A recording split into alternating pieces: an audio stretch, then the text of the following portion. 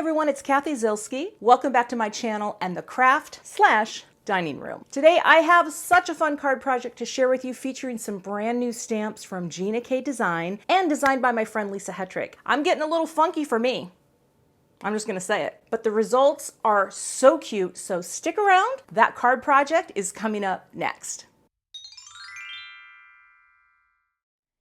Here's a look at the products I'm going to be creating with today, and I'm so excited to have this Gina K Designs set that was designed by my friend Lisa Hetrick. It's called One Day at a Time, and Lisa's whimsical style is just so cool because she hand draws everything and she has so many funky ideas, and I'm going to get funky. Well, I'm going to get funky in a clean and simple way, but I am so excited that I have the coordinating dies as well. So I've already got these on a little magnetic sheet. This is from Stamp and Storage. I recently acquired a few of these. So my magnets are nice and organized. I have a little Versamark, some Gina K Designs embossing powder, and I've just got a few inks. So I have some ideas. I will be using some blending brushes, and I want to do some emboss resist things. So let's dive in and see what shakes out. I'm going to go ahead and take off some of the stamps off the sheet because what I want is as follows. I want to have the outline of the pear. I want to have the outline of that, the stem. I didn't know what to call it. And I don't know if I can fit the leaves in, but let's see. Let's see if I can get creative here. Oh, that would work like that, right? Yeah, okay, looks good. So, and I'm going to come back and stamp another thing in here, but first things first, let's pick these up with the Misty Door, reposition, and I just want to lift this stamp up a little and work it down to make sure there's no air bubbles. I don't want any of that to get in the middle. I'm going to just rub my hand over these stamps because, as you know, brand spanking new stamps need to be conditioned a little. And actually, let me show you. Where is my little... I have a little tool that's made by the same people that make my Debbie tool.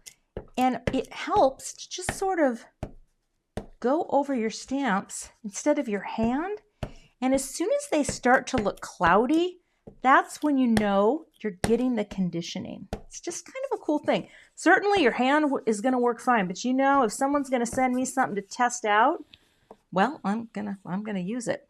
Okay, let's powder this up though first, and I'm gonna use a new powder tool. I've got a couple here in the craft/dining room. This is from Tailored Expressions, and it's pretty cool. This is just to remove static and oil on the cardstock, right? Because we just want our powder to stick where we are stamping our embossing ink. So it just lays down a fine powder. There's no scent to that, which is nice. And now I'll take my embossing ink. Today I'm using Versamark. And I'm just gonna ink these up. And we're gonna stamp. Now here's the thing though. I have an idea. It may or may not work. I'm hoping it's going to work, but let's start here with this. I will use my big old tool. This is my Debbie tool, modeled after the famous Chucky tool, which Gina K unleashed onto the creative minds of people everywhere thanks to her neighbor Chuck. Now you can get all sorts of stamp tools, and they really help people with wrist issues. So here's what I'm thinking. I'm going to stamp a detail inside the pear. Now, right now, you can't see, but I can see, and I want to stamp the, oh my gosh, can I see though? I think that I can. There's hair on there too. Let's try not to stamp hair. I want to get this right in here, and I want to just have a little bit of detail on the pear. Now, I'm going to lift this up, although do I want it on the other side? I can actually see pretty well. So I think I'm going to do it on that side of the pear, just to create a little aging. Does that make sense? I don't know. We'll see. I think it's going to be cool. Okay, ink and stamp. There's also a center to the pear, but I thought this would be kind of cute. And, well, you know, time will tell. could be a hot mess. You know, the other thing that's nice about Versamark ink, it's going to stay sticky long enough for you to do a couple techniques, right? And that's the nice thing about it, is that it stays sticky for a while. Ooh, I think that's going to be very cute. I will take my Gina K Designs Fine Detail White Powder. Just going to sprinkle it all over here. It's been sitting here for a while. Humidity is either up or down. I can never tell which is which. We're going to let that slide off, tap, and now you can see the image that I'm going to emboss. I actually think that's going to be just fine. I don't think I need another round, so we'll just funnel it back in. All right.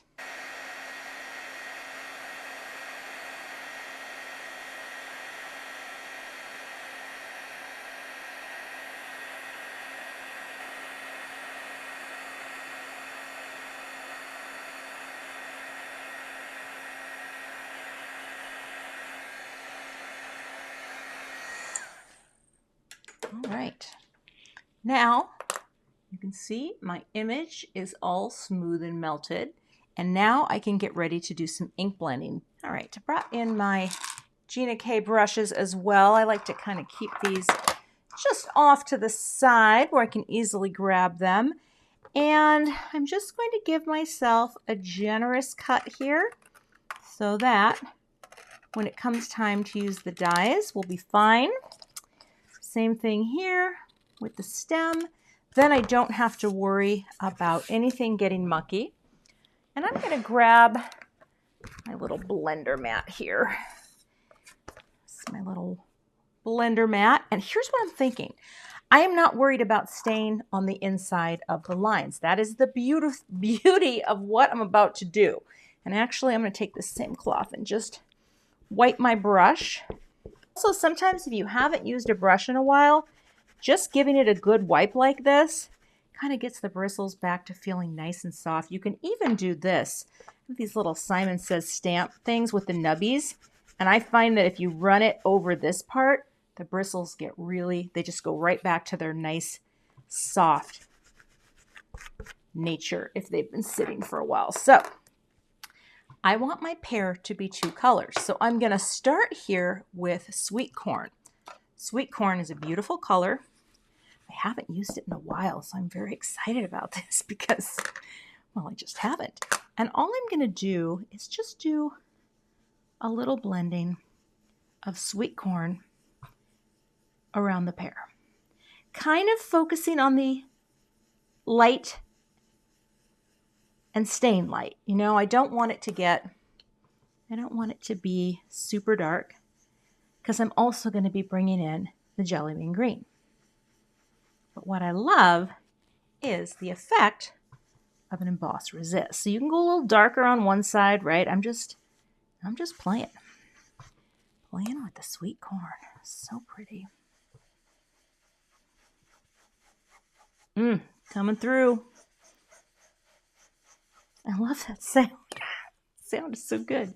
Doesn't matter that we're going out of the lines, okay, because we are creating something that is going to look very organic and cool. Now, I'm going to bring in jelly bean green, and this is where I'm going to try to get fancy. Now, famous last words. The fanciness, I'm hoping, is going to come from the outside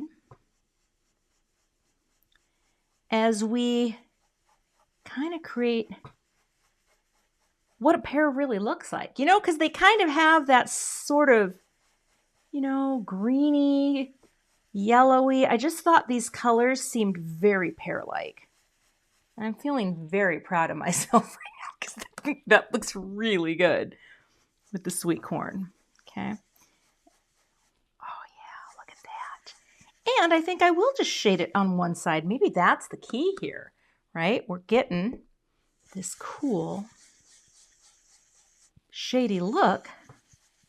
Oh yes, yes, yes, yes, yes. And then I can come back, a little more sweet corn, maybe just pump that up a little bit over here, just so you can see those little dots. Because you know how pears always seem to have, well, I don't know if that's what Lisa intended, but Lisa, you've inspired me. See, that's what's beautiful. You can design stamp sets and you really don't know, like, what is someone going to do with them? And I think for me as a product designer, it's so fun to see what people do. But look at that. Isn't that fun? It really has a pear vibe. Yeah, I'm just going to say it. It's vibing. I'm going to take this same cloth. It's just a microfiber cloth. And I'm just going to wipe it over the embossing, which tends to brighten it up a bit because any ink that is sitting on top of that slick surface comes off.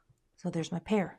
Pears there. Let's move on to greenery. Now, should I do a brown on the leaves? Because like when I'm thinking about pear leaves, oh man, now I'm torn.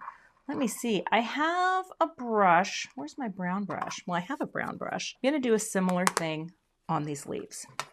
There's no rule that says you can't kind of two-tone it up. So first we're going to lay down some sweet corn, okay? Because I feel like when you see pear leaves, they all kind of look, you know, a little different, a little mucky. You know, they got a little muck here and there, and they're certainly not all uniform, okay? So we'll do that. Then I'm going to bring in, and this could be a firecracker, but I think it'll be good. Dark chocolate. I'm going to tap a lot of it off like that, okay? And then I'm just going to bring it in lightly, like this. Because I want my leaves to have some variation, right? And I think I'm even going to bring in, believe it or not, some green. So I'm going to wipe this too, okay? Like that. Then I'm going to pick up the green and bring in some green too.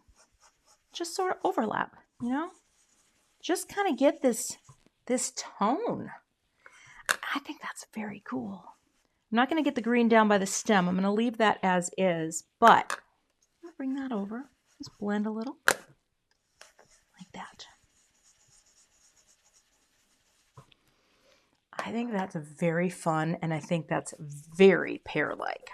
All right, like that. Oh, there are my leaves. I am just going to do dark chocolate on the stem. And actually, you know what? I could probably just pick it up. Well, you know what? I need a little more. Just a little. Just going to blend over like that.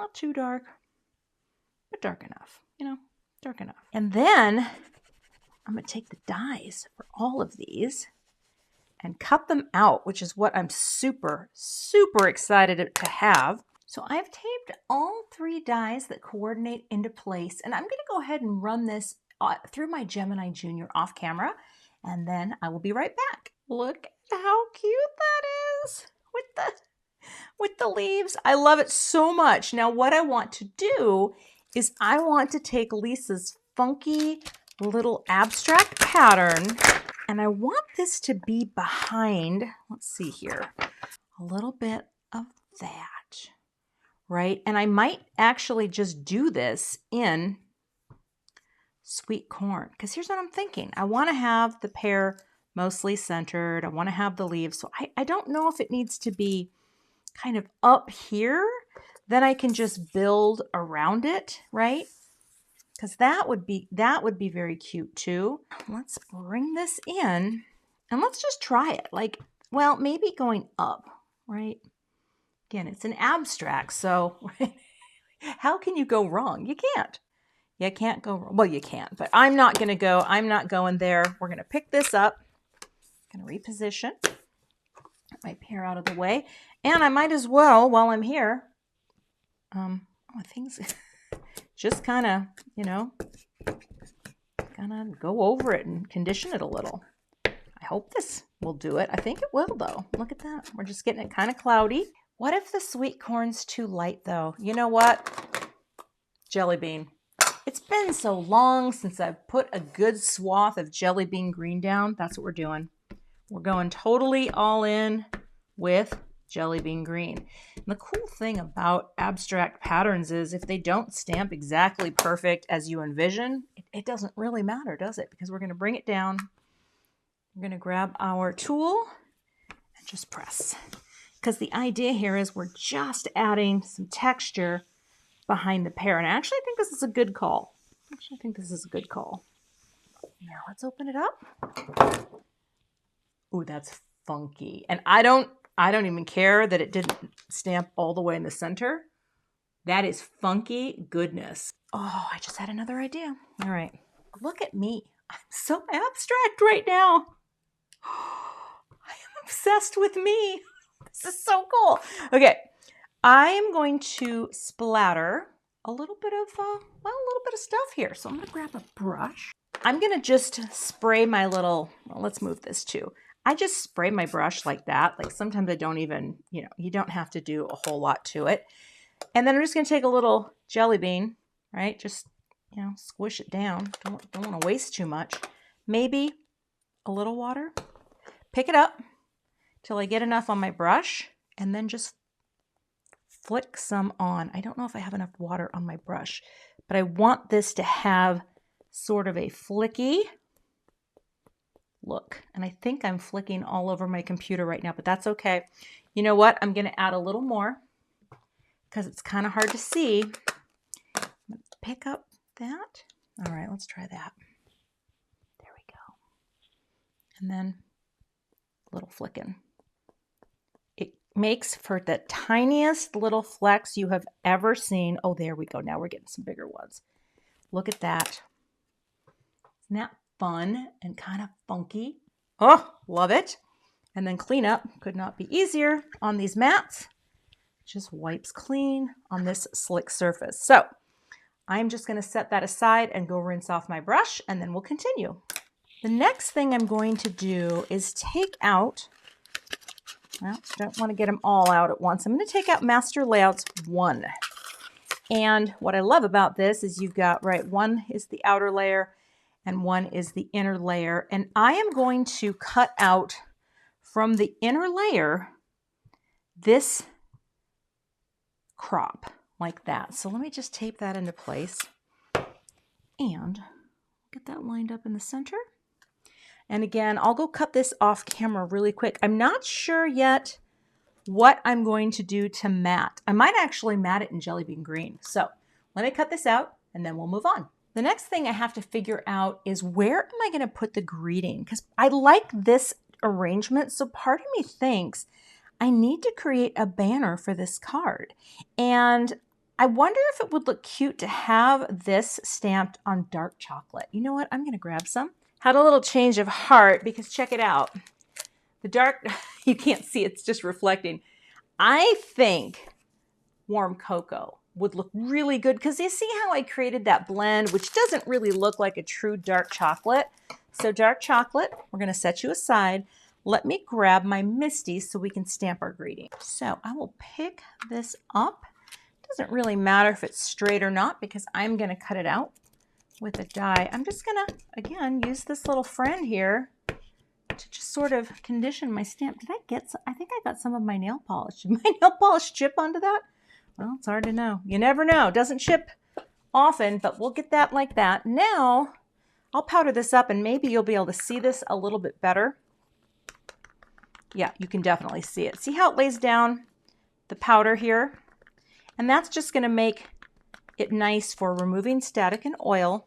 Again, unscented. Really liking that tool. There we found it. I tell you, it's never a dull moment when you have limited space and it looks like a bomb went off right next to me. Okay, let's bring this down and stamp. Now here's a question. Oh gosh, there's so many things you can do. That's just it. That's what I love about card making. You have choices. And you know what I think would be absolutely gorgeous on this? Gold embossing powder. Let's try gold. I just think this will be very cool. It'll be elegant. So I'm going to do that. I'm going to do that too. All right. Oh, it doesn't look like much now, but you will see once it gets shiny and gold. And if we don't love it, we can just do white. But I just thought it would be fun because I have enough cardstock here, you know. So let's melt the powder. Look at that pop. Oh my, yes. Yes, look at that. See how it just kind of exploded on the cardstock? And look at that beautiful emboss.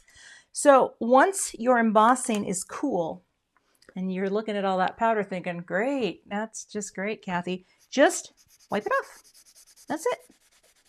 Wipe it off. Comes right off. You can even just kind of rub your hand over it, kind of return the oils in. And now we are ready to cut this down. Because I never trust my own ability to cut sentiment straight, I am going to use, yeah, that'll work, my sentiment labels. And I might even cut a fishtail in this using, oh, I guess I didn't need that much tape, using the fishtail thing. So I'm just gonna, you know, get this position so that I don't mind if that Y dips down a little, but we'll just go like that. That was way too much tape. I'm gonna put a little more on this side just to hold it in place. And then I'm gonna cut this out. All right, so I'm gonna lift this up. And then I think while we're here, let's take that tape off too. I can try to figure out how to get, oh my gosh, things are just sticking to me left and right. How to get the fishtail in something that would look pleasing. Oh, look at that. So I kind of think, so everything's kind of shifting here. I think it would be cute if we trim it here and notch it here. You know what I mean? So let's notch on the right. Here's the notches. They're not too hard to do. I don't usually screw it up that badly. So what I'll do is take a piece of tape, hold your strip in place like that. Okay. Then take your notch and take wherever you have tape sticking. I'm going to get as close as I can. Sometimes I like to turn it this way so then I can more easily visualize the center. Now, of course, you can do this with scissors, but you know what? I'm not that handy. That actually looks a little crooked, but it's going to be fine. So let's cut that out.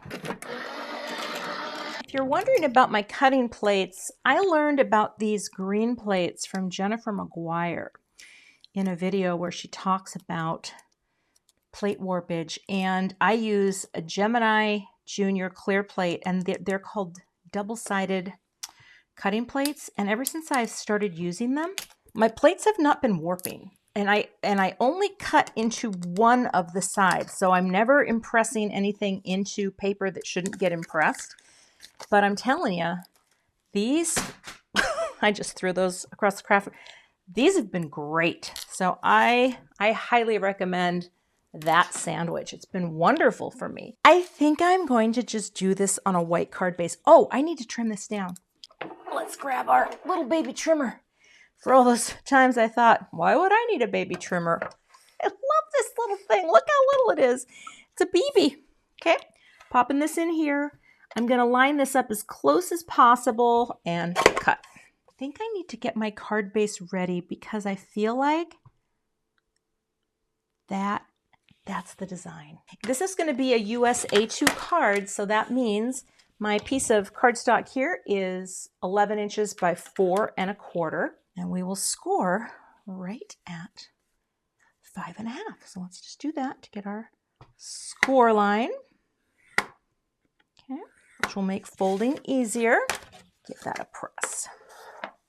And this is the Gina K Designs heavy base weight. I've been using that for the whole thing. It's so nice to stamp on. It's so nice to ink blend on. It's a very smooth weave. The paper just feels very soft. So I'm taping that down so that when I start adding my elements, I can actually see very clearly what I'm doing. So let's grab a few more things. So I have foam tape here, and I'm going to center this on the white card base. I'm actually going to offset it a little from the matte grid so I can clearly see. And I'm just going to pop that down. I'm going to pop the pear up slightly. So I'm going to use thin foam squares on the pear. Okay.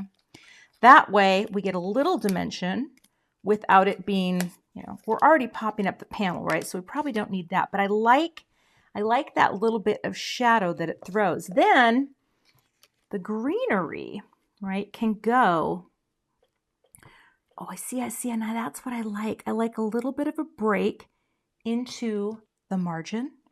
And then I'm going to do a little glue. I'm going to glue that one right on top like that. And then this little friend is going to get popped up here. So is that kind of the dimension that we want? You know what? Let me grab, where is my liquid glue? I have to say, love my Connect glue like nobody's business. And this little squeeze bottle has changed my life. Now, does that sound like hyperbole? Well, maybe, but it's true because it makes adding just a little Connect glue so easy. I've been using this for a couple weeks now too. Not a single clog in the bunch, like none. And now what I can do is I can just sort of figure out the placement, slide this under again, and that way, again, we have a little bit of greenery, and we're just getting creative with it, right? We're putting it where we want it to be, so it will still fit inside our card base, but now it breaks that plane. Oh, I think that is really cute. Okay, next I'm going to take the backers off of here, like this. Lisa, I hope you're proud of me. I'm just so proud of me. I always see what Lisa creates and I find it to be, and I will definitely link to Lisa's channel because she's just really talented artist. And she's also just a salt of the earth, nice human. So let's get this and, you know, probably like that. Is that good? Because then the pear's going to be, yeah, that's good. All right, pear in place. Now I am going to take a different piece of foam tape because this is going to be jacked up a bit. I think what we need to do, take a piece of this, see that right there? And I'm just going to cut that because this is a little bit thicker than the thin foam square. And I try to create matching dimensions when I can. Does that make sense? I want them to be on the same level, but I also want to do this. Again, Connect glue on any foam dot. Oh, it's just the best. It's the best because it gives you just that little bit of wiggle room. And I'm just going to line that right there. See how it's supported and yet it sits perfectly on the pear? Oh, so cute. I want some more dimension. So we're going to put it so that this pops up right across the center of the pear body and no one will be, and I don't need to worry about that because then, you know, you're going to have, oh my gosh, that's so much. Card making is the best. Did you know? And I think this video will come out. I might get to join Gina K one of these days on one of her lives. And let me tell you, I told Gina recently, she knows this because I love her, but the hours I spent watching her channel, and if you have never gone back and watched Gina, like in the olden days, I don't even know what you call it, olden days, but she has so much stuff, so much good stuff, and I'm telling you, you won't regret it. Here's a little trick too that I like to do. I like to push a piece of cardstock when I'm trying to flush something, and that way it just gives you a nice little ledge to line up against. It doesn't have to be perfect, but it always helps me. Oh my gosh, look at how cute that is. Oh, Cathy, that is just the funkiest, cutest thing. Now, you know me. Can't really leave without something shiny. Gotta do it. Gotta have a little gold shine here, and I think this is really sweet. Very simple. Again, everything's kind of like you're balancing this side being a little heavier with a little shine over here. I think this is going to be very nice. So let's just go. Boop. All the dogs in the house, perk up your ears. Boop. This is going to be a boop and slide. And that's another reason I like dimension, because then you can go ooh, and just have it tuck under a little. I don't think this one needs to tuck under though, so I'm just going to put it there. But see how it's a cascade and it's an offset? And 5. 5 is an odd number, and I love odd numbers. Maybe because I'm odd. Boop. Oh, and that is my finished card project. I hope you enjoyed this, and I hope you enjoyed seeing, like me, this, clean and simple person who doesn't always do funky things, just kind of do some funky things. I'm so excited about this. Oh my gosh. Lisa, brilliant set. Can't wait to play more. I didn't even touch the baby pear. I'm telling you, so much potential. You can find links to all of the products I used in today's video below in the description box. Thanks so much for watching, and I'll see you back here with another card project soon. Thanks so much for watching today. I would love to have you become a subscriber to my YouTube channel. And if you do subscribe, be sure to hit the gray bell below the video so that you don't miss the next time I post. Here are a couple other videos that you might be interested in watching. Thanks so much and have a great day.